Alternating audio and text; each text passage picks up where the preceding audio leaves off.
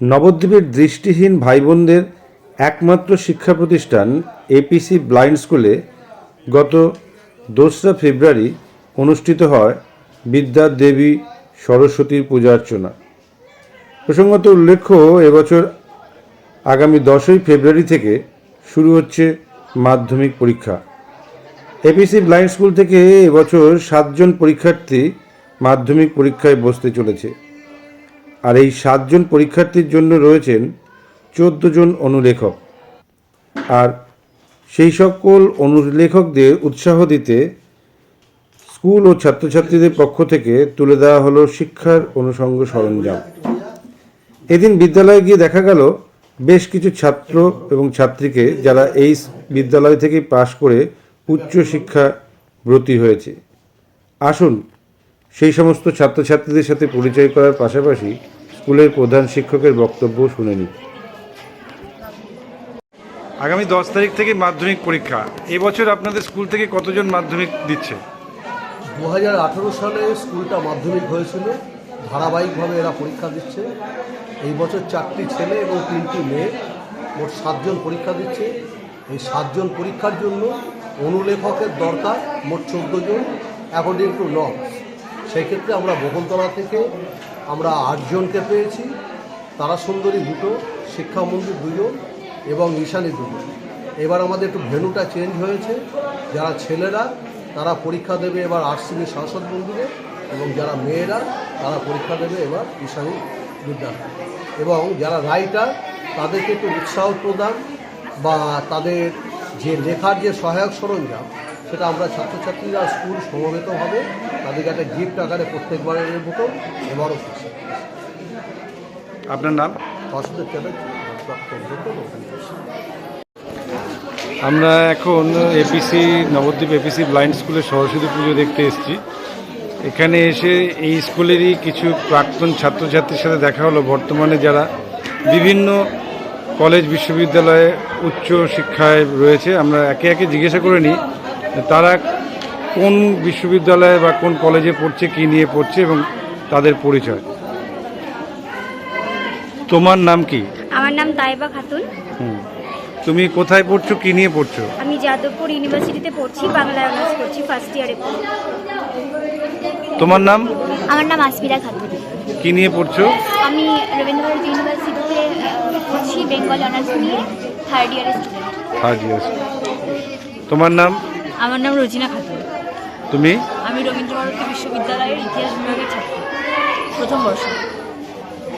তোমার? আমার নাম শাহানারা খাতুন।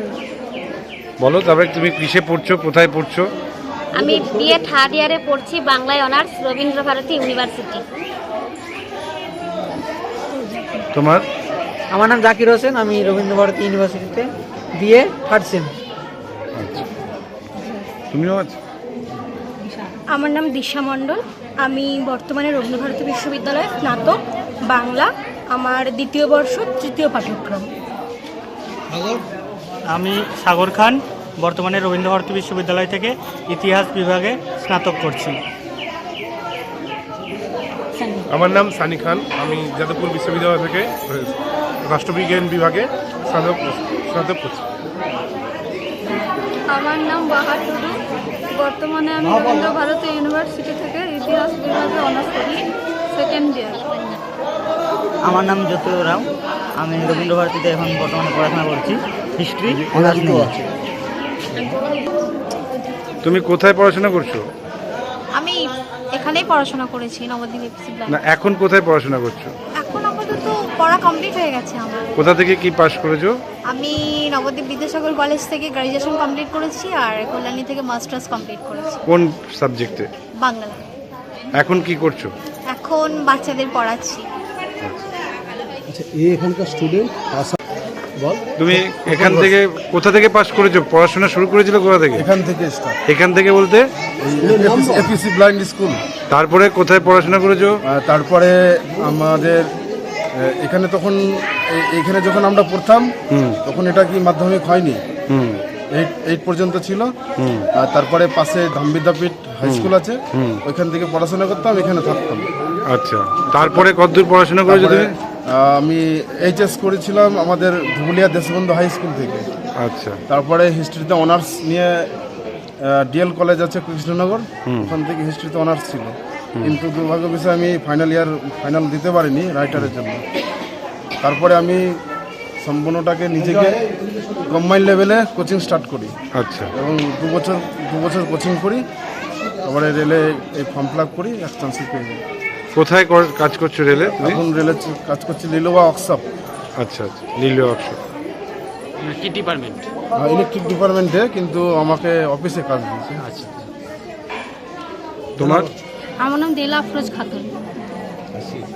তুমি এখান থেকেই পাস করেছো? আমি এখান থেকে ইট পাস করে গেছি। তারপর আমাদের ওখানে সমুদ্র নসরতপুর হাই স্কুল থেকে এইচএস কমপ্লিট করেছি। নবদ্বীপ বিদ্যাসাগর কলেজ থেকে গ্র্যাজুয়েশন প্লাস মাস্টার্স কমপ্লিট করে বর্তমানে আমি নবদ্বীপ এপিসি ব্লাইন্ড স্কুলে বাচ্চাদের পড়াচ্ছি।